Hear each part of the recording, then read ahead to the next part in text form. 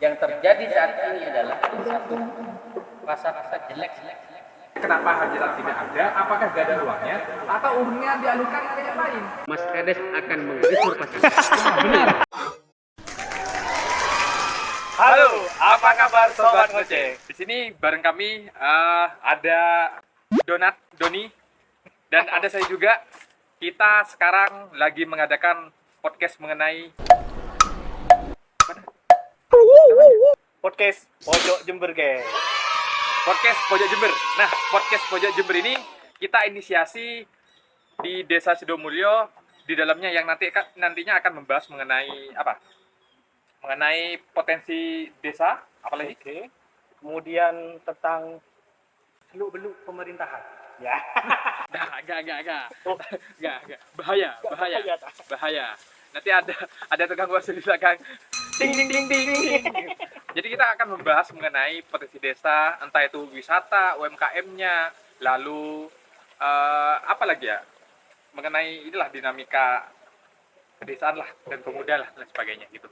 Jadi semoga aja nanti kita bisa mengundang banyak narasumber yang sip. Siapa tahu Raffi Ahmad, Oh, Ruben ya. Onsu, ayo Iqbal Oke. Curah Damar. Doni Jadi, Salmanan masuk. masuk penjara. Tuh. Oke, ini yang gitu ya. Podcast ini kita akan membahas banyak, kita mengeksplor tentang desa dan sebagainya, oke?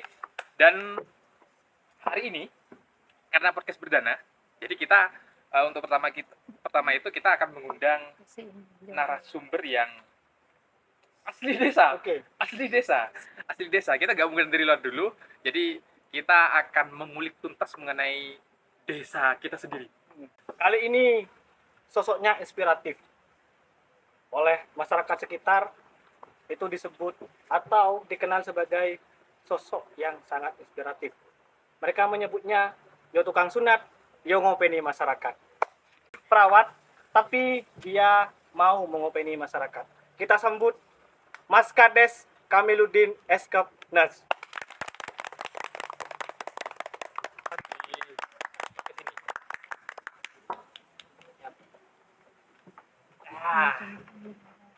Alhamdulillah narasumber pertama kita hari ini kita ngambil dari desa sendiri. Seorang pemimpin yang awalnya jadi perawat dan sekarang berumah tangga. Gitu. Masih muda ternyata. Masih muda. Alangkah lebih baiknya jika obrolan ini juga dibarengi dengan adanya secangkir kopi. Ya, enak Mantap. ini. Oke. Yuk, kopi yuk. Nah, ini kopi. Ini asli Sidomulyo ya? Asli Sidomulyo. Asli. Boleh diterima? Oh, baik. Minum dulu. Minum dulu.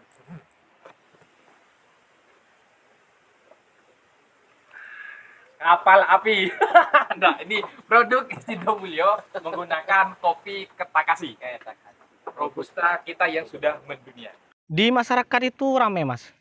Jadi apa namanya, banyak yang bilang yo tukang sunat, yo ngopeni masyarakat. Nah, kira-kira sebelumnya ini kan sudah alumni perawat, sudah jadi perawat ya, sudah jadi perawat. Kira-kira kalau di masyarakat itu jadi perawat ini sungguh profesi yang bagus atau seksi sekali, Mas. Kenapa kok mau ngopeni masyarakat jadi kepala desa? Jadi yang pertama adalah bahwa perawat itu adalah tugas yang mulia untuk merawat masyarakat supaya kembali sehat menuju Indonesia yang sehat juga. Dari awal saya adalah alumni keperawatan ilmu kesehatan Universitas Muhammadiyah Jember. Saya lulus tahun 2013 dan sampai detik ini saya menjadi perawat. Oke. Dan masih sah disebut Berarti sebagai bukan alumni. perawat ya. Bukan alumni perawat. Jadi Perawat. punya STR, surat tanda registrasi keperawatan, saya resmi masih perawat. Kemudian punya SIPP, surat izin praktek perawat. Oke, perawat. Jadi sampai detik ini saya masih sah sebagai perawat. Jadi kenapa saya berekspansi ke pelayanan masyarakat? Jadi bagi saya, kalau kemarin saya itu merawat masyarakat, merawat manusia, sekarang merawat desa. Supaya apa? Supaya desanya tidak sakit. Maka harus dirawat. Ya, Oh, harus ada dirawat. desa sakit ya? Berarti ada desa sakit? Ada dong.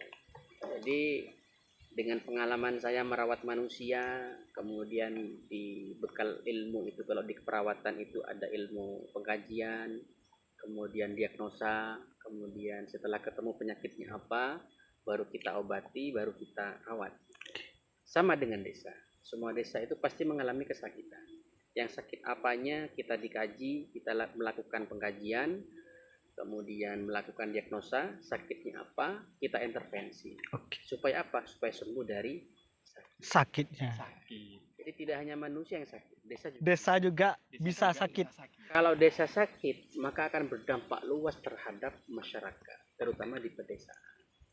Oleh karena itu, langkah yang harus kita lakukan adalah langkah antisipatif atau langkah preventif. Supaya apa? Supaya desa ini tidak sakit. Nah, kalau desa sudah sehat, maka semuanya akan menjadi bahagia. Pemerintahannya bahagia, masyarakatnya bahagia, ekonomi pun juga harus bahagia. Nah, ini bagus sih. Jadi apakah yang dijadikan kerja sampingan ini perawatnya, apakah desanya? Ya, Ini menarik. Yang jadi sampingan itu desanya, apakah tugasnya sebagai perawat? Oke. Nah, mana yang sampingan, mana yang utama? jadi bagi saya, tugas perawat itu bagi saya pribadi adalah tugas sosial. Sedangkan di pemerintahan desa, di politik desa itu adalah hobi. Jadi perawat adalah tugas sosial, politik di desa sebagai hobi. Hobi. Terus tanya penghasilan, ya saya kan juga seorang pengusaha, seorang wira swasta yang juga punya usaha. Gitu. Nah, tugas mulia seorang perawat ini adalah tugas sosial. Ke Bayangkan sosial. di rumah sakit, di klinik, di puskesmas, kalau tidak ada perawat, maka akan mati pelayanan kesehatan. Jadi kunci utama, garda terdepan dari pelayanan kesehatan adalah seorang perawat. Perawat. Jika perawat tidak ada, maka lumpuh total pelayanan kesehatan yang ada di Indonesia. Ya. Oke. Nah. Betul sekali. Dan saat ini saya anggap perawat itu adalah tugas sosial.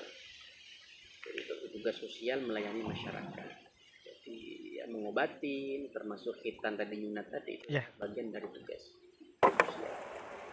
Jadi bisa dikatakan dua-duanya adalah tugas utama, Tugas utama. dijadikan utama. Tapi sobat saja perlu diketahui bahwasanya Mas Kades ini menjabat jadi kepala desa itu sejak Desember tahun 2021. Baru Tahun kedua ya. tahun kedua sekarang. Tahun ketiga sih. Karena 2021 sebenarnya. Oh, ya. Tadi akhir tahun gitu. Tahun. Nah, jadi gitu sobat Aceh. Jadi ini sudah terang ya bahwasanya Mas Kades ini awalnya jadi perawat, sekarang jadi ngopeni rakyat. Itulah motivasinya Mas Kades tadi sebagai pelayan masyarakat agar desanya juga tidak sakit. Tapi sebenarnya Mas Kades ini, kita itu kadang dapat pertanyaan, kenapa sih kok lebih memilih jadi kepala desa padahal lebih banyak kan gajinya jadi DPR, jadi itu dan sebagainya, atau buat rumah sakit sendiri kan seorang perawat. Jadi yang pertama, ini erat kaitannya dengan politik. Kalau kita sebagai individu, kita mau bermanfaat kepada masyarakat, bermanfaat kepada agama, bermanfaat kepada bangsa, ini kita memiliki kemampuan terbatas. Tapi kalau dengan politik, kita bisa melakukan hal yang lebih. Contoh, saya sebagai seorang amil, sebagai seorang perawat, saya bisa memberikan layanan kesehatan, suntik gratis, sunat gratis, terbatas. Mungkin hanya beberapa orang yang bisa kita layani. Tapi dengan politik, saya punya kebijakan, saya punya kuasa untuk melaksanakan penganggaran. Iya, Dari situ kita anggarkan dari dana desa bahwa akan ada program kesehatan gratis. Yang awalnya saya bisa sedekah hanya untuk beberapa orang, hanya beberapa melayani masyarakat. Dengan saya menjadi kepala desa, saya bisa melayani segala macam urusan masyarakat di bidang kesehatan. Yang awalnya hanya bisa melayani 10 orang, dengan menjadi kepala desa bisa melayani 1000 orang. Kalau diuangkan berapa juta rupiah? Nah, oleh karena itu, politik ini adalah jalan kemudahan supaya lebih bermanfaat kepada masyarakat. Boleh. Bisa dikatakan sebagai akses ya sebetulnya. akses untuk lebih bermanfaat kepada masyarakat, kepada negara maupun kepada agama tentunya. Seperti itu. Ini timbul pertanyaan lagi dirasa. Apakah jadi seorang perawat, awalnya jadi seorang perawat, lalu jadi kepala desa, ini adalah motivasinya ya hanya pengen merawat orang lebih banyak saja melalui karena ada anggarannya kan. Ya, Jadi melalui politik lebih banyak merawat masyarakat. Ataukah memang jadi kepala desa itu karena memang ada masalah sendiri di desa. Sehingga saya perlu jadi pemimpin nih. Ya, jadi awalnya saya itu dari 2018 sudah melaksanakan tugas sosial, khitan gratis, kemudian berobat gratis, tapi hanya untuk masyarakat-masyarakat tertentu. Kalau satu contohnya adalah anak yatim, kita kasih pelayanan khitan gratis, masyarakat miskin kita kasih layanan berobat gratis. Hanya tertentu saja. Dengan menjadi kepala desa, tidak hanya duafa, masyarakat umum pun berhak mendapatkan layanan dari pengobatan gratis ini. Itu karena juga ada hasil dari kerja politik di pemerintahan desa ini, yaitu menjadi kepala desa. Nah, motivasi saya yang pertama dari perawat menjadi kepala desa. Yang pertama adalah akses kebermanfaatan. Saya pengen hidup di dunia ini bermanfaat untuk masyarakat banyak. Seperti hadis kita tahu bahwa hadis pernah menyampaikan dalam hadis itu khairun nas anfa'uhum linnas. Sebaik-baiknya manusia adalah manusia yang bermanfaat bermanfaat untuk untuk manusia lainnya. Jadi istilahnya saya ingin menjadi manusia paripurna yang bermanfaat untuk masyarakat luas. Jadi hadirnya betul-betul dirasa manfaatnya oleh masyarakat luas. Kalau saya hanya jadi seorang perawat, terbatas kebermanfaatan saya. Hanya segelintir orang yang menerima manfaat dari saya. Tapi dengan jabatan kepala desa, maka semua masyarakat bisa menikmati jabatan yang telah saya miliki. Ini menarik karena gini Mas Kades. Kemarin kita kan buat semacam Q&A ya. Jadi siapapun boleh bertanya ke Mas Kades lewat media sosial kami. Itu ada yang bertanya namanya Ahmad Sendi namanya. Yaitu bertanya, bagaimana Mas Kades sekarang melihat urgensi permasalahan yang ada di Desa Sidomulyo tentunya, dan bagaimana langkah-langkah Mas Kades ke depan untuk menyelesaikan dan dampaknya akan seperti apa kepada masyarakat. Kira-kira seperti itu pertanyaannya Mas Kades. Baik, jadi di desa kami ini, di desa Sidomulyo ini bukan kemudian bebas dari penyakit, Ya. Bukan kemudian bebas dari permasalahan. Tentu dari awal saya menjabat, saya sudah melakukan pengkajian, kemudian saya melakukan analisa data, ketemu persoalan bahwa Sidomulyo itu yang pertama adalah masalah perekonomian yang masih belum merata, kemiskinan masih ada, pengangguran juga masih ada, masalah kesehatan juga masih ada, termasuk masalah pembangunan, baik itu pembangunan fisik maupun pembangunan sumber daya manusia. Nah, setelah melakukan pengkajian, baru kita melakukan proses klasifikasi mana yang menjadi program prioritas pemerintah desa untuk saat ini. Terus terang, kami melakukan pembangunan desa ini bukan berdasarkan kemauan kepala desa, tapi berdasarkan aspirasi dari masyarakat. Mulai dari forum Musdus, musyawarah dusun, kemudian naik tingkat menjadi forum musyawarah desa, dan kemudian kita bahas menjadi program prioritas APBDes atau pemerintah desa ini.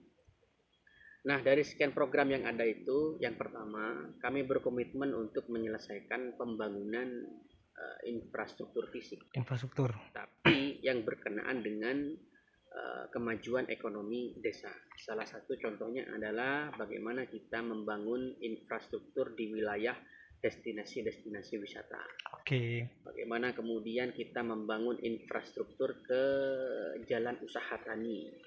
Bagaimana kemudian kita membangun infrastruktur yang menopang pekerjaan pelaku UMKM di masyarakat desa Sidomulyo. Jadi infrastruktur yang kita bangun memang menyesuaikan dengan kebutuhan perkembangan ekonomi yang ada.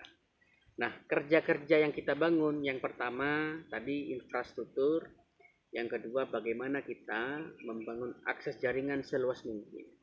Karena bagi kami, menyelesaikan pembangunan di desa ini, baik infrastruktur maupun SDM, itu tidak cukup menggunakan dengan anggaran dana desa. Berapa dana desanya sekarang? Dana desa kami 2023 1,5 miliar. 1,5 miliar. Sedangkan kebutuhan pembangunan di desa kami ini setelah kita total, setelah kita analisa itu membutuhkan setidaknya 36 miliar. Wow. Berarti kurang berapa Oh. itu? Banyak. 36 miliar. Sedangkan, Mau bangun kota, mau bangun desa. sedangkan jabatan kepala desa hanya 6 tahun. Ya.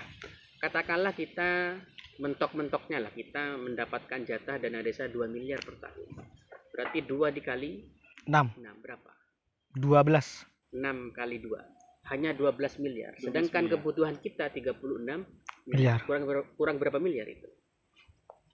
Kurang Kurang 20, 14 miliar. kurang jangan kurang 24 ya. Jangan Kurang 24 ya. ada tambahan jabatan kades itu untuk ini. Untuk mencapai 30-an ini. Misalkan nambah 3 tahun, katakanlah tambah 9 tahun. Berarti 3 dikali 9. 2 miliar dikali 9. Hanya 18. 18. Sedangkan Kurang kebutuhan kita 36 miliar. Masih 50% ya? Iya. 50%. Masih Nah, dari 50%. mana? Maka dari situlah kepala desa harus pandai membangun relasi dan jaringan. Supaya apa? Supaya mendapatkan program-program tambahan, baik itu dari pemerintah kabupaten, pemerintah provinsi, pemerintah pusat, maupun dana CSR yang ada di perusahaan negara. Jadi kades itu tidak boleh dekem di kantor desa, harus keluar bangun relasi. Jadi untuk menyelesaikan seluruh pembangunan yang ada di desa. Kalau mengandalkan dana desa, maka saya membutuhkan jabatan 3 periode. Artinya saya membutuhkan waktu 18 tahun untuk menyelesaikan pembangunan yang ada di desa ini. Sedangkan masyarakat sudah tidak sabar, ingin segera melakukan akselerasi pembangunan. Kalau bisa, yang awalnya bisa ditempuh 18 tahun, ini kalau bisa 4 tahun sudah selesai. Jadi saya harus putar otak. Untuk apa? Untuk menyelesaikan seluruh pembangunan yang ada di desa ini. Kira-kira pembangunan selama ini di Sidomulyo apa saja yang dibangun dan sudah capai berapa persen? Untuk jalan utama itu masih tersisa 40%. Jadi 60% sudah selesai, 40% masih belum. Sisanya kita lebih kepada pendukung sektor-sektor ekonomi, kemudian pariwisata dan juga kegiatan sosial kemasyarakatan. Jadi gini sobat ngoceh, ini sudah kelihatan ya bahwasanya apa motivasinya Mas Kades untuk jadi perawat yang beralih dari perawat untuk jadi kepala desa ya menurut masyarakat. Lalu beliau juga menjelaskan mengenai apa saja yang sudah dibangun di desa kita dan kurang ternyata. Minta dana desa lagi kurang ternyata. Kurang. 1,5 masih kurang. Jadi minta lagi. Nanti bolehlah minta diperpanjang lagi nanti. Semisal 9 tahun ini sudah didok, ya alhamdulillah. Kalau misal didok kurang, minta lagi. Boleh, itu boleh. Jadi ini sobat ngoceh ya. Kita sudah mengetahui semua apa yang diinginkan Mas Kades untuk Desa Sidomulyo, baik di membangun fasilitas atau infrastruktur untuk masyarakat, pariwisata maupun UMKM ya, ekonomi dan sebagainya. Nah, baik kita kembali lagi. Kembali lagi. Apa? Kembali ke season selanjutnya, yaitu season di mana Mas Kades harus menjawab Q&A. Ya. Kepanjangannya adalah question and answer. Nah, ternyata Mas Kades sudah banyak masyarakat yang sudah nge-DM yang perlu dijawab dan diklarifikasi. Ya. Gitu. Nah, ini bukan cuma tentang satu tema, tapi banyak masyarakat yang bertanya masalah ini, baik itu di Facebook yang nge-DM atau nginbox katanya, ada yang di Instagram juga. Jadi sebenarnya masyarakat ini masih malu-malu bertanya. Ya. Karena takutnya kalau bertanya di kolom komentar itu ada namanya. Oh, ternyata yang tanya Khairul Eko. Oh, ngeritik Khairul Eko nih. Nah, akhirnya orang-orang itu lebih banyak nge-DM. Itu ya. Kita baca satu-satu ya. Oke. Jadi sobat ngoceh yang mau juga kayak gini, maksudnya mau tanya ke narasumber selanjutnya, silakan tanya aja, gak apa-apa. Nanti kita akan tanyakan ke narasumbernya dan nama kalian aman kok, aman. Jadi mereka tanyanya bisa di Deswita Sidobolyo maupun Instagram. Kim Tirto Kepitir. Pertanyaan pertama, ini boleh disebut gak sih namanya? Gak usah ya? Mau disebut apa enggak? Terserah, terserah. Aman, aman, aman. Aman gak sih? Aman gak sih? Ini ada DM dari saudari, saudari berarti. Perempuan ya, perempuan. Perempuan. Di Instagram. Tapi orangnya minta hamba Allah. Orangnya minta hamba Allah. Pertanyaannya adalah Ntar. Nah, ini ya beneran ya, ada ya. Ada kan? Oke. Benar ada. Pertanyaannya adalah, Pak Kades, gimana nasib kafe kok selalu gagal?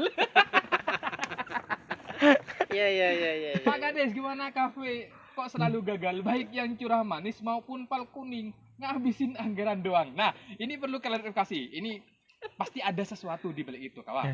Kalian jangan inilah. Makanya cari tahu dengan cara betul. seperti ini, bagus. Klarifikasi. Ayo. Lebih bijak ya. Iya, benar. Moga bisa dijawab. Baik. Yang pertama terkait dengan kafe sawah. Ya. Jadi awalnya kita itu di desa ini membangun konsep desa gotong royong. Sampai kemudian kita dinobatkan sebagai juara terbaik pertama di Jawa Timur sebagai desa gotong royong. Maksudnya apa? Di segala pembangunan di desa ini, baik infrastruktur, kemudian pariwisata, kemudian ekonomi, itu tidak bisa dikerjakan oleh seorang kepala desa. Oke. Maka harus melibatkan masyarakat dalam hal baik itu pengerjaan, baik itu sumbangan pemikiran, maupun pengelolaan di destinasi. Sehingga yang kita bangun waktu itu adalah destinasi berbasis gotong royong. Jadi desa itu sebetulnya tidak memiliki destinasi. Yang memiliki destinasi itu adalah masyarakat. Baik perorangan, baik lembaga, baik kelompok. Kalau di perorangan di sini ada rumah akar, itu dikelola oleh perorangan, namanya seniman Mas Agus, yang kita kenal dengan Mas Agus Akar. Yang kemudian yang kedua, kelompok masyarakat, ada Gerakan Pemuda Sidomulyo, memiliki wisata edukasi batik. Ada kelompok Tani Ketakasi, itu memiliki wisata edukasi Kopi ya. Ini kopinya ini. Ada juga kelompok ternak, ada wisata edukasi Raja Domba. Ada juga KUPS, kelompok usaha perhutanan sosial, ada wisata pinus. Ada juga yang kelembagaan seperti halnya lembaga BUMN, ada Kafe Gumitir, kemudian ada makam Habib Ali yang sebetulnya wisata religi masuk wilayah hutan. Jadi sama sekali desa tidak memiliki destinasi. Termasuk yang disinggung tadi pertanyaannya adalah kaitan dengan kafe sawah. Nah, kafe sawah itu adalah miliknya Pok Darwis, kelompok sadar wisata. Jadi Pok Darwis waktu itu konsultasi sama kepala desa, oke, mau buat usaha namanya kafe sawah. Ya kita arahkan, kita kasih perencanaan, kita kasih akses permodalan. Permodalan apa? Dari perbankan. Oh, bukan dari dana desa ya berarti? Bukan. Ya? Jadi kafe sawah itu adalah permodalan dari bank. Dari yang bank. dikelola oleh Pok Darwis. Nah, pertama kali launching itu rame. Berjalan 3 bulan, rame. Namanya kita ini baru menjadi wisata rintisan, ya wajarlah kalau kemudian ini kita mengalami kegagalan. Tapi bukan gagal untuk selamanya, tapi gagal dalam rangka untuk belajar.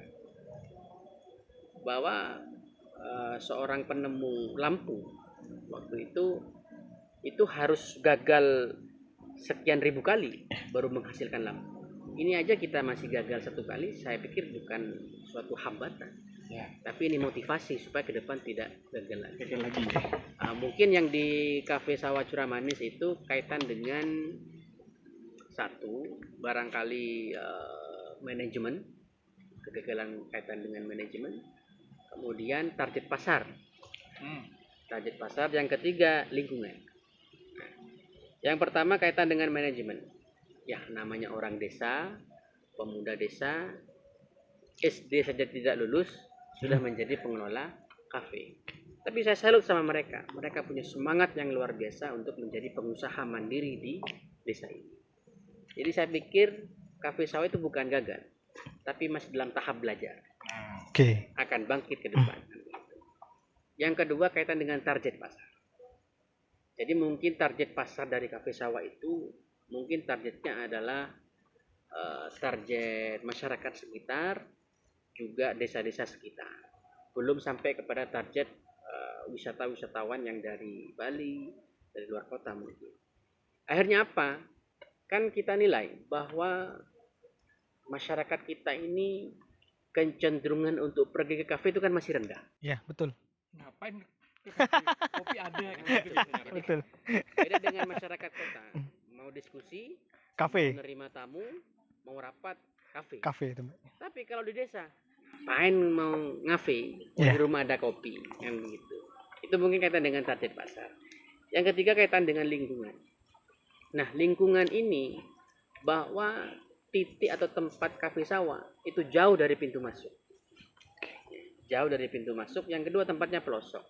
Akhirnya akses kemudahan untuk berwisata ke kafe sawah mungkin ada sedikit kendala. Akhirnya kafe sawah mengalami kegagalan sementara, tapi untuk hidup selamanya. Nah, ini masih dalam tahap belajar, tahap melakukan perencanaan ulang untuk membangun kafe yang baru. Kemudian tadi pertanyaan kedua, kafe di Gapuro. Nah, sebetulnya di Gapuro itu bukan kafe. Di Gapuro itu bukan kafe, tapi lebih kepada tourist information. Jadi bagaimana menampung atau tempat pusat informasi wisatawan yang ada di desa Silomulyo. Jadi sebagai fasilitator, sekali lagi saya sampaikan bahwa BUMDes kita, Pemdes kita ini fokusnya bukan membangun destinasi, tapi memfasilitasi destinasi yang ada di masyarakat, baik perorangan, kelompok maupun lembaga, itu difasilitasi oleh desa. Misalkan ada tamu, mau berkunjung ke ini Pak, kunjung ke ini Pak, nah, itu dimudahkan dengan adanya TIC, Tourist Information Center. Itu bukan kafe. Ya, karena bukan kafe sepi. Kenapa? Ya kita ada tamu ketika ada wisatawan. Begitu. Di sampingnya kafe itu ada koperasi Tirto Bumitir Sejahtera, koperasi anak yatim ya. Jadi koperasi di mana 100% sahamnya miliknya anak yatim. Ya memang tidak seramai kafe karena itu memang bukan kafe. Bukan kafe. Bukan. Oke, sobat ngoceh perlu tahu ya. Jadi Mas Kades ini bukan orang baru. Dalam artian sudah 2 tahun bikin Gempar, bahkan media nasional. Karena setiap momentum mau lebaran pasti mengajak ratusan anak yatim untuk berbelanja baju ke mall-mall yang terbesar di Kabupaten Jember tentunya. Ini menggembarkan media nasional. Gitu. Makanya saya barusan teringat kafe, BUMDes milik anak yatim gitu. Nah kira-kira Bukan BUMDes, koperasi. Oke, koperasi milik anak yatim. Nah kira-kira ini kan biasanya kalau di desa-desa lain Mas, itu banyak banyak perdebatan dan sebagainya. Kita dengar-dengar bahwa dana yang kemudian untuk anak yatim ini adalah seluruhnya dari tanah kas desa, atau bahasa Inggrisnya itu geng atau sobat ngoceh, bahasa Inggrisnya itu tanah bengkok atau ompul gitu. Nah ini kan kalau di desa-desa lain pasti ada perdebatan, buat ini aja. Kenapa kok bisa berpikiran tanah kas desa ini seluruhnya untuk anak yatim saja gitu? Kira-kira kenapa Mas? Jadi awalnya begini, saya itu kan menjadi kepala desa bukan untuk kepentingan finansial, tapi untuk kepentingan kebermanfaatan. Jadi saya berkomitmen di awal menjadi kepala desa bahwa program kerja saya adalah menghibahkan seluruhnya pengelolaan hasil dari tanah kas desa untuk kepentingan anak yatim. Kenapa anak yatim? Karena anak yatim ini semenjak ditinggal ayahnya, mereka itu nelongso hidupnya. Yang lain ketika mau lebaran, mereka berburu baju lebaran dengan ayahnya dan ibunya, sementara anak yatim tidak. Biasanya anak yatim di luar itu sekolahnya lancar-lancar saja. Anak yatim kadang terkendala masalah biaya. Biasanya anak yatim tidak punya tabungan, di luar anak yatim tidak punya tabungan, maka anak yatim harus punya. Tabungan. Nah, karena kita masih dalam tahap proses melakukan pembangunan fondasi ekonomi anak yatim, maka tidak semuanya hasil dari sewa tanah kas desa, tidak semuanya kita kasihkan dalam bentuk uang, Oke.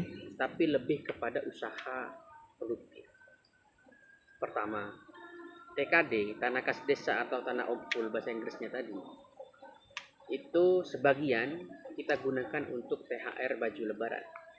Tahun 2022 kita di Jadi Fashion, Jadi tahun 2023 kita di Roxy Spare, dan tahun 2024 saya tidak tahu, tergantung musyawarah mufakat. Berarti belum bisa lanjut ya berarti? Pasti lanjut. pasti lanjut. Selama saya menjadi kepala desa, TKD tetap untuk anaknya. Nah, catat ya. Ya. Catat. Ini biasanya kalau tanah umpul itu kalau di desa lain kok nggak tahu juga kalau di sini. Itu ada yang dibagi-bagi untuk menambah tambahan honor dari perangkat. Nah, perangkatnya dapat dari mana ya? Sekarang begini, perangkat desa, kepala desa itu mendapatkan gaji yang sah, baik yang bersumber dari ADD maupun DD, tapi rata-rata bersumber dari ADD. Mereka bekerja dengan kesadaran diri, mereka bekerja sebagai staf perangkat desa, itu digaji, ada anggarannya, tiap bulan dapat gaji mereka. Sementara anak yatim tidak ada. Apakah salah kemudian jika kepala desa memikirkan anak yatim? Ini perangkat desa sudah punya gaji, sementara anak yatim tidak ada. Tidak ada. Itu. Lebih melas mana? Lebih nelongso mana antara perangkat desa dan anak yatim? Ya. Kan begitu. Nah, oleh karena itu, ya itu menjadi wewenang kepala desa.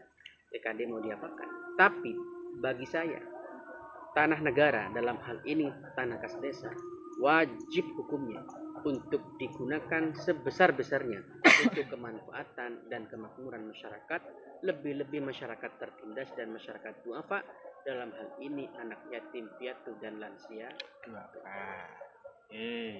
Sudah terjawab ya. Oke. Jawab, ternyata tanah kas desa itu kita salurkan semuanya 100% kepada anak Kepentingan anak yatim. Contoh ya, saya potong lagi. Kita ini ke depan pengen punya rumah makan. Kita sudah punya koperasi konsumen dan simpan pinjam, di mana seluruh hasilnya untuk kepentingan anak yatim. Ke depan kita harus punya usaha produktif lain. Dalam hal ini adalah rumah makan. Rumah makan yang akan kita bangun adalah rumah makan sate domba organik. Selama ini kan ada kan sate kambing. Yang ada yang di ini kita sate domba, dombanya domba organik. Semuanya ini miliknya anak yatim. Harapan saya ke depan bagaimana? Selepas saya tidak menjadi kepala desa, anak yatim pasti mandiri. Kenapa? Punya usaha produktif, punya rumah makan, punya koperasi. Jadi mereka ke depan sudah ada jaminan masa depan dari hasil usaha produktif. Tentu masih belum maksimal. Kenapa? Karena TKD masih berjalan 2 tahun. Nanti fondasi bisnis ini, fondasi rumah makan ini, fondasi koperasi ini akan dijalankan secara profesional. Seluruhnya untuk kepentingan anak yatim. Bisa untuk kepentingan THR lebaran, bisa untuk kepentingan tabungan pendidikan, bisa untuk kepentingan kehidupan sehari-hari. Semuanya untuk kepentingan anak yatim. Jadi benar ya Sobat Kuce. Tadi sudah terjawab nih. Kenapa kafenya atau semuanya itu sudah dijawab. Lalu koperasi yang ada di Desa Domlio itu ternyata ada hanya anak yatim di situ. Ada juga hanya anak yatim. Nah, untuk sekarang apakah siap sudah kita lanjutkan ke pertanyaan kedua? Oke. Sekarang pertanyaan kedua. Kalau tadi dari saudari, boleh ya disebut namanya ya? Boleh ya disebut namanya. Ini nama akunnya Broken White. Entah ini siapa, kurang paham. Broken White. Kurang paham siapa ini. Lanjut pertanyaan kedua. Ini ada lagi insya Allah dari saudari juga. Saudari lagi. Nah, ini, tar. Saudari lagi. Oke. Pertanyaannya adalah, katanya nih mau ada pembongkaran pasar. Kira-kira nanti pasarnya mau diletakkan di mana, Mas Kades? Ini dari Ed Hozan Azhar. Oke, dijawab. Oke. Jadi begini, di dalam suatu daerah, pemerintah kabupaten maupun pemerintah desa, itu kalau punya perencanaan pasti ada yang namanya penataan tata ruang. Ya. Benar. Penataan tata ruang. Jadi kita desa itu mau menata ruang yang ada di desa ini supaya nyaman semuanya. Jadi anak cucu kita nyaman, kita nanti ketika tua nyaman, dan semua menjadi nyaman. Kaitan dengan pasar, saat ini kita sedang berjuang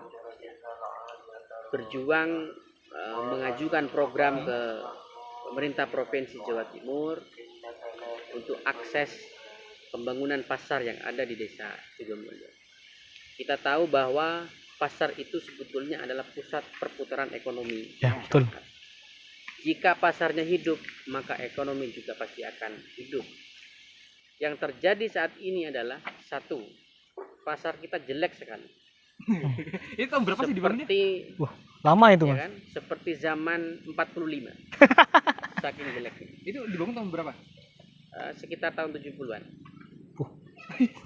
Yang kedua, satu sisi pasarnya sudah jelek, Ya. yang kedua beroperasi hanya 1 minggu 1 kali. 1 minggu 1 kali. Hari Setiap hari Selasa. Hari Makanya Selasa. disebut dengan pasar Selasaan. Selasaan. Katanya orang Madura dan Solosoan katanya orang Jawa. Jawa. Jadi mau hidup gimana? Ya. Pasarnya jelek, terus operasionalnya 1 minggu. 1 minggu 1 kali. Mau maju gimana ya ekonomi? Nah, oleh karena itu kita harus melakukan penataan ulang. Gimana supaya pasar ini bisa beroperasi setiap hari? Bagaimana supaya pembeli kerasan? Bagaimana supaya pembeli itu datang? Maka pasarnya harus bagus, harus bersih, ya kan? Harus ada kiosnya. Kiosnya pun harus kamar mandi dalam, ada fasilitas musola, ada fasilitas ATM center. Dan kita punya cita-cita akan membuat pasar 4.0, pasar modern. Pasar modern. Nanti ke Menarik depan ini. masyarakat beli barang ke pasar tidak perlu bawa duit, cukup pakai QR code, Kuris ya, sudah Kuris. kuris. cukup pakai itu. Jadi kita mau buat pasar digital. Nah, saat ini yang terjadi adalah persepsi negatif. Ya biasalah, yang namanya kebijakan pasti menimbulkan pro Kontra. dan Kontra. Setiap kebijakan pemimpin, setiap kebijakan pemerintah pasti melahirkan pro dan Pro dan kontra. tinggal kita lihat lebih banyak mana antara yang pro dan kontra. Tapi saya meyakini pasti lebih banyak yang pro. Kenapa? Pasarnya mau dibangun, mau lebih bagus lagi, ya kan? Nah, saat ini kita punya agenda, kita akan membangun pasar modern. Tempatnya tidak lagi di dusun kerajaan pusat desa, Berarti dipindah. akan kita pindah ke kerajaan barat. Ini dilakukan dalam rangka pemerataan ekonomi. Oke. Selama ini kan kerajaan barat mati. Kita akan pindah pasar ke sana, akan kita buat pasar baru.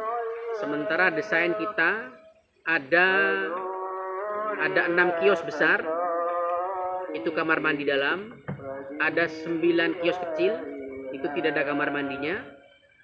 Ada 36 lapak, itu berjualan. Ada fasilitas musola dan toilet, ada fasilitas ATM center dengan berbasis digital 4.0. 4.0. Ketika pasar jadi, ya, akan dilakukan relokasi. Bukan digusur, direlokasi. Relokasi. Bukan digusur. Nah, yang terjadi saat ini, kepala desa Mas Kades akan menggusur pasar. Nah, benar. Oke. Ini klarifikasi ya. Klarifikasi. Awas, klarifikasi.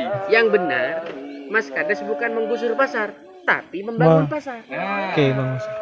Paham ya? paham, paham. Jadi ketika pasar baru ini dibangun megah, rapi, bersih, higienis, lengkap, masyarakat yang jualan nanti akan direlokasi dipindah ke pasar baru. Dengan catatan yang menjual adalah penduduk asli berKTP. Sido Mulyo. Nanti kalau sudah dibangun saya pesan satu. Mayoritas harus diisi oleh orang Sidomulyo. Lalu bagaimana ketika orang mau jualan? Silahkan jualan, tapi buka lapak sendiri di areal pasar setiap betul. hari Selasa. Saya tidak menghilangkan nama Selasa, tetap Ya. pasar besarnya adalah setiap hari Selasa. Selasa. Di luar kios, di luar lapak yang sudah disediakan. Silakan buat lapak-lapak sendiri. Nah, baru setelah pasar baru selesai, masyarakat sudah kerasa di sana, pasarnya bersih, kiosnya kamar mandi dalam, luas juga. Kan pasar nggak dipakai tuh, Ya, kan bukan lagi pasar itu. kan. Karena sudah direlokasi. Jadi pasar sudah baru, berarti yang lama bukan lagi menjadi pasar, tapi menjadi aset desa. Desa. Sertifikat desa. Karena itu barang sudah menjadi bukan lagi pasar, maka akan kita rubah menjadi RTH, ruang terbuka hijau, yang kita sebut dengan Alun. desa. Desa punya alun-alun sekarang. Alun-alun. Kecamatan Silo nggak ada loh. Kecamatan Silo nggak punya alun-alun. Lo nanti gimana masyarakat sekitar sana, Mas Kades? Lo jangan salah, di alun-alun itu akan kita buat ruang terbuka hijau, ruang bermain, ruang berkumpulnya masyarakat, ruang bisa bermain, ruang bisa berkonser ria, ruang bisa beraktivitas harian. Maka alun-alun ini akan menjadi pusat berkumpulnya masyarakat. Boleh jualan berarti ya? Jualan. Ketika masyarakat sudah mulai berkumpul menjadi pusat terkumpulnya masyarakat, maka di situ pasti ada orang jualan. Cuman bedanya yang di pasar mereka menetap, kalau yang di alun-alun hanya boleh pedagang kaki lima. Jadi datang sore, pulang dini hari. Kenapa? Ya percuma datang pagi hari sepi. Ramenya sore hari dan malam hari. Masyarakat boleh bebas jualan asalkan jangan menetap. Kira-kira kapan pelaksanaannya itu? Insya Allah kalau Allah memudahkan, insya Allah akhir tahun akan kita bangun. Sip. Akhir tahun. Jadi 2023 tadi yang tanya akan- Fauzan Azhar, jangan salah paham ya, itu bukan penggusuran, tapi Relokasi. Kita sudah merencanakan untuk dipindah ke tempat yang lain. Tapi tetap di Sidomulyo. Makanya Mas Fauzan, kalau mau jualan juga sewa. Saya juga ini ada bocoran desain pasar barunya. Kalau ada yang pengen tahu sobat ngoceh, silahkan komentar di Boleh. channel YouTube kami ya. Jadi, perencanaan sudah selesai, sudah matang, gambar desain sudah ada, gambaran pasar Sidomulyo ke depan seperti apa. Oh ya, itu menggunakan dana desa gitu? Itu menggunakan bantuan dari pemerintah Provinsi Jawa Timur. Berarti nggak ngambil dari dana desa ya? Tidak dong. Aman. Ya semuanya, baik itu pasar, baik itu wisata, baik itu UMKM, semuanya program desa ini bermuara kepada kebahagiaan masyarakat. Sesuai dengan visinya kita, visi pemerintah desa, maju desanya, Bahagia warganya. Oke. Kita sudah maju desa kita, bahkan sudah desa mandiri. Cuman apakah kemudian masyarakat semuanya bahagia? Proses. Karena tidak mudah. Tuhan saja menciptakan langit butuh waktu 7 hari. Ya. Padahal mudah bagi Allah untuk menciptakan, sedetik pun langsung bisa tercipta 7 lapis langit. Inilah ajaran dari Allah, ajaran dari Tuhan bahwa menghargai proses itu lebih penting daripada memberikan kritik yang tidak membangun. Benar. Nah, masalah kritik, makanya kita coba rasan-rasan tadi. Ini desanya maju, sudah mandiri, masih ada yang kritik, masih ada yang protes, warganya sendiri gitu. Bagaimana seorang Mas Kades menghadapi banyaknya kritikan ini? Ya, bagi saya kritik asalkan kritik membangun, bagus. Itu vitamin bagi kami. Oke. Tapi kalau kritik sudah diskriminatif atau sudah kemudian melenceng dari hal yang wajar, itu kan tidak boleh. Nah, kritik yang membangun ya kita bolehkan. Bagaimana caranya? Salurkan di tempat yang resmi. Kita punya media center, Hmm. kita punya BPID, kita Betul. punya komunitas informasi masyarakat. Sampaikan apa yang menjadi keluhan masyarakat. Tentu yang berkenaan dengan hal ihwal kaitan dengan pemerintahan atau pengelolaan pemerintahan desa. Jadi pemerintah desa itu sudah menyediakan fasilitas untuk mengkritik, ngasih masukan lah. Ya, Oke, ngasih masukan. saya tidak anti kritik. Tidak Oke. anti kritik, enggak. Silakan. boleh. Silakan boleh kalian ngasih masukan kepada Mas Kades melalui call center, boleh, Boleh. maupun di platform media lainnya seperti Facebook, Instagram, Boleh, silakan. terserah. TikTok Bebas. TikTok Boleh, ada. bebas. Asalkan yang berkenaan dengan hal ihwal Ya, kritikan yang membangun lah. membangun kepemerintahan. Misalkan gapuronya kurang tinggi, kantor desanya kurang tinggi, misalkan. Boleh, silakan. Nanti kita upayakan. Oke. Sekarang pertanyaan terakhir karena ada 3 pertanyaan yang masuk gitu di DM itu. Sekarang pertanyaan selanjutnya tetap kita buka di Instagram. Jadi sebenarnya teman-teman kayaknya agak takut kalau ngasih masukan itu melalui akun pemerintah desa. Itu nggak apa-apa sebenarnya. Cuma di sini lebih banyak itu masuknya ke akun KIM, Oke. kelompok informasi masyarakat. Jadi admin KIM tadi sudah konfirmasi ke kami. Ini ada beberapa pertanyaan yang masuk gitu. Nah, ini yang terakhir mungkin karena berkenaan dengan bulan yang akan menjadi bulan, bukan yang akan sih, tapi bulan hari jadinya Desa Sidomulyo. Tahun kemarin, nah ini ada, saya kan? Oke. Ada. Yungni. Nah, atas nama Yungni, entah ini siapa nanti. Atas nama Yungni ini karena kayaknya menggunakan nama ini ya. Nama samaran, nggak ada profilnya. Tahun kemarin itu kan ada acara besar-besaran dari desa, yaitu hajatan desa, di mana semua warga desa Sidomulyo itu sangat antusias dengan semua rangkaian acara di dalamnya. Namun tahun ini banyak warga yang menyayangkan hajatan desa itu tidak ada. Dan beberapa warga menanyakan, kok nggak ada hajatan desa? Apa sudah nggak punya uang sekarang? Ada ya, dana desa 1,5. Terus nggak punya desa sekarang, habis untuk pembangunan Gapuro Megah itu sehingga apa tanggapan Pak Kades dengan warga yang berpikiran demikian? Berarti pertanyaannya, kenapa hajatan tidak ada? Apakah gak ada uangnya? Atau uangnya dialihkan ke yang lain? Contoh, Pembangunan infrastruktur tadi bisa. Baik. Yang pertama saya tanggapi yang hajatan desa tahun 2022. 22. Hajatan desa tahun 2022 itu sama sekali tidak menggunakan anggaran dana desa, baik DD maupun ADD. ADD. Itu total kita menghabiskan 530 juta. 530 juta dalam Full 1 bulan. dalam 1 bulan.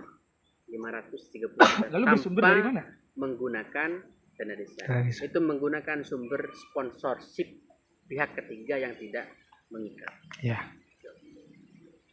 Nah, karena tidak menggunakan dana desa, tidak menggunakan ADD, maka pada waktu itu kita harus menggunakan pihak ketiga. Dalam hal ini adalah sponsorship. Maka berjalanlah secara meriah. Nah, di 2023 ini, ya, kan kita sounding lagi ke sponsorship. Apakah masih mau bekerja sama lagi dengan pemerintah desa? Satu sisi, kepentingan perusahaan itu beda-beda. Ya, betul. Jadi orang mau nyumbang, orang mau bekerja sama, itu menyesuaikan dengan budget anggaran yang ada. Ya. Yang kedua, 2023 ini erat kaitannya dengan tahun politik. Ya. Khawatirnya apa? Ketika saya terima sponsorship dari luar, khawatir ada pihak ketiga dalam tanda kutip yang terikat. Oke. Sehingga kami tidak mau tersandera secara politik. Jadi saya menyelamatkan desa, saya juga menyelamatkan masyarakat desa supaya tidak tersandera politik gara-gara hanya sponsorship. Oke. Kaitan dengan hajatan desa, 2022 sama 2023 itu memang beda. Lebih meriah 2022 2. daripada 2023. Nah, harapan saya, baik tahun ini maupun tahun kedepannya, ini harus ada keterlibatan swadaya masyarakat.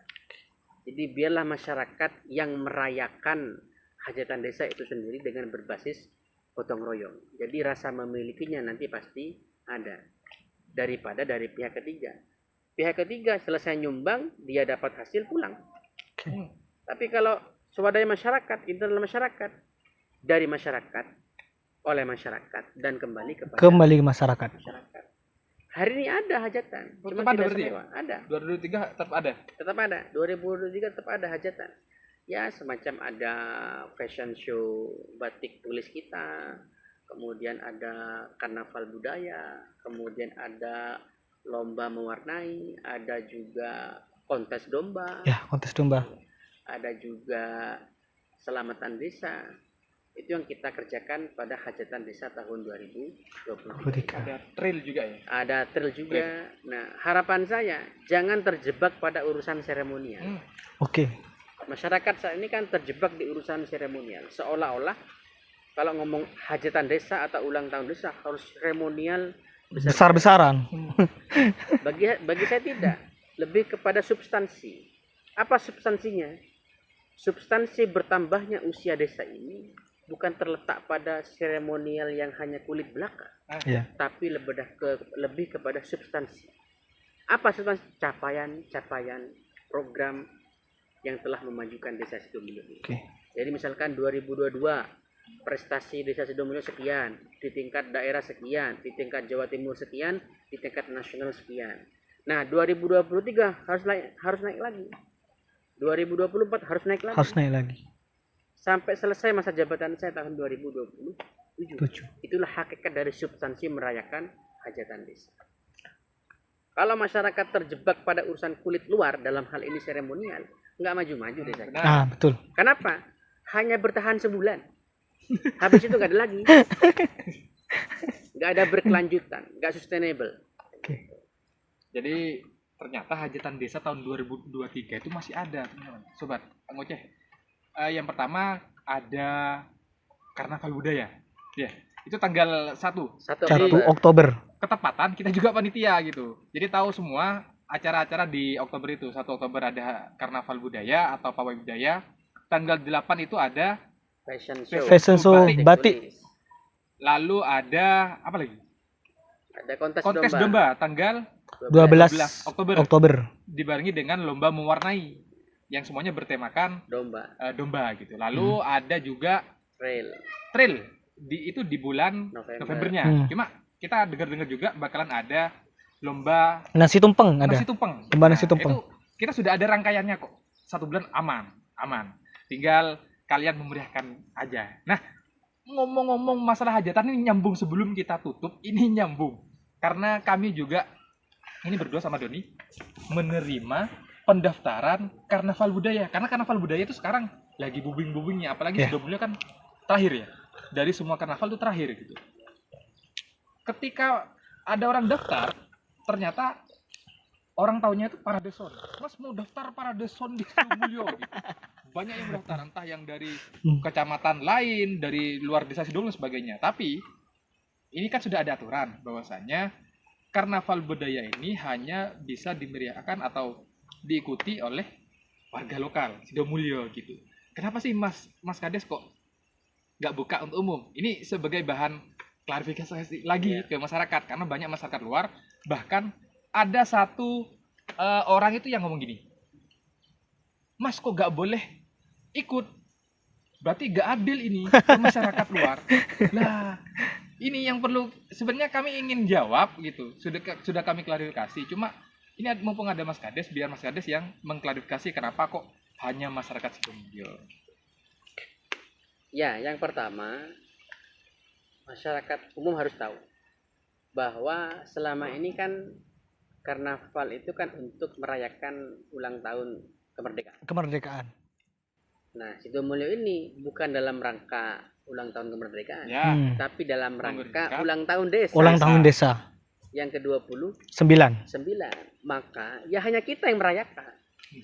Kalau merayakan HUT RI itu semuanya masyarakat boleh terlibat. kayak 17 Agustusan Nah, sudah ada kemarin ya? kita pernah ngadain tuh di tanggal 20 Agustus. di Dusun Curamandis. Itu terbuka untuk umum. Karena itu temanya adalah HUT RI. Sedangkan kita ini pawai budaya merayakan ulang tahun desa. Ya hanya kita yang merayakan. Apakah orang luar boleh? Boleh. Boleh datang sebagai penonton, bukan sebagai pemain. Boleh ya, boleh, Boleh. Apakah orang luar boleh jualan? Boleh. Boleh. Kita yang main, mereka yang nonton. Tentu karnaval budaya ini tidak sama dengan karnaval-karnaval yang lain. Nah, Kita ada aturan, kita ada tata tertib, salah satunya pesertanya tidak boleh dari luar.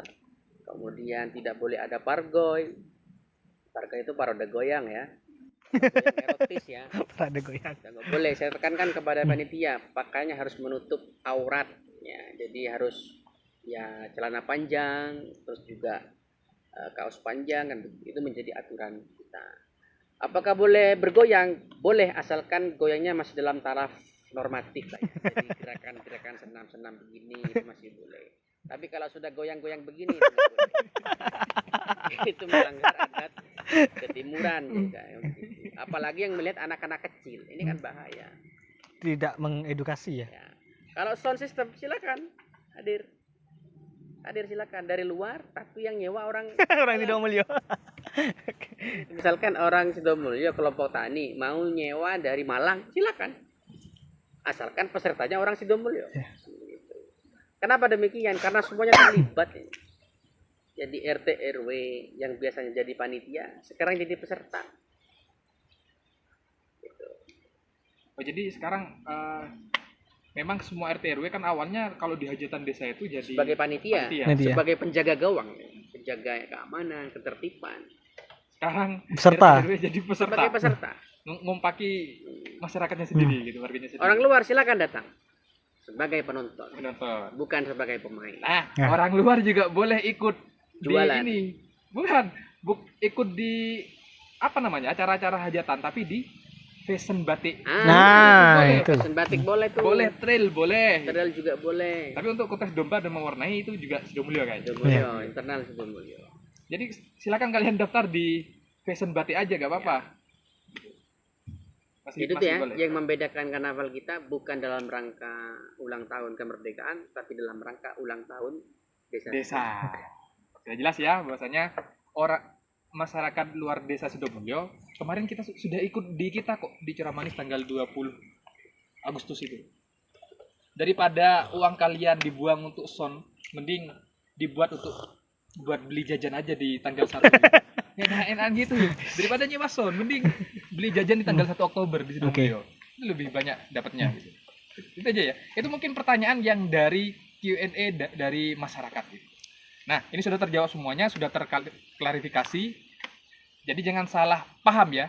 Kalian boleh juga nanti mau ngasih masukan, tapi narasumber selanjutnya walaupun bukan Mas Kades, silakan ngasih masukan. Nanti kita sampaikan. Begitu. Oke. Tapi asalkan masukan yang membangun lah gitu ya. Jangan sampai kritik yang ada unsur saranya dan sebagainya. Kasih Diskriminatif. diskriminatif. Mungkin itu ya. Oke. Itu podcast kita untuk hari ini. Terakhir kami minta semacam quotes atau apalah harapan Mas Kades kepada entah pemuda Sidomulyo, entah masyarakat Sidomulyo, terserah. Kabarnya di sana. Kabarnya di sana. Baik. Terakhir, statement terakhir dari saya dari podcast perdana ini, bahwa membangun Indonesia itu sejatinya adalah membangun desa. Membangun desa sama halnya membangun Indonesia. Indonesia tidak terang, tidak besar karena Monas di Jakarta, tapi bercahaya karena lilin-lilin yang ada di desa.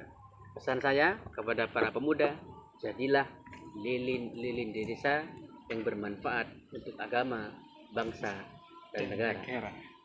Maju desanya, Bahagia warganya. Terima kasih banyak. Itulah motivasi Mas Kades kenapa kok beralih dari tukang nyunat, bukan beralih sih tapi bukan sampingan juga. Jadi kerjaan utama semua. Sama-sama prioritas. Tukang nyunat ya ngerumat rakyat sama. Itu motivasi Mas Kades semuanya sudah kita kuliti maupun pertanyaan kalian yang masuk di DM kami, kita sudah tanyakan, sudah diklarifikasi dengan baik. Terima kasih semuanya yang sudah nonton. Nanti episode selanjutnya kita bakalan ngundang narasumber yang lebih oke-oke lagi lah, yang Mahfud MD mungkin. Mahfud MD Boleh. karena sudah berkunjung ke Silo ini. Boleh diundang juga. Boleh kalau ada kesempatan, kalau bisa. Atau yang lainnya lah. Kita insya Allah adakan podcast ini secara rutin, walaupun dalam 1 bulan berapa kali lagi. Ya. Sudah sih. Mungkin itu yang dapat kami sampaikan, sobat-sobat Ngoceh.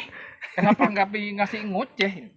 Karena kita pengen angkat ocehannya teman-teman ini biar bermanfaat. Ayo ngoceh yang bermanfaat kayak gini nih. Kayak gitu ya. Oke, terima kasih Mas Kades sudah mau datang ke podcast perdana kami, dan semoga ke depan tambah rame. Oke, sama-sama Mas Kades, lihat kamera. Kalau jargon kita podcast Pojok Jember wayai ngoceh. Nah, gitu. Podcast Pojok Jember wayai ngoceh.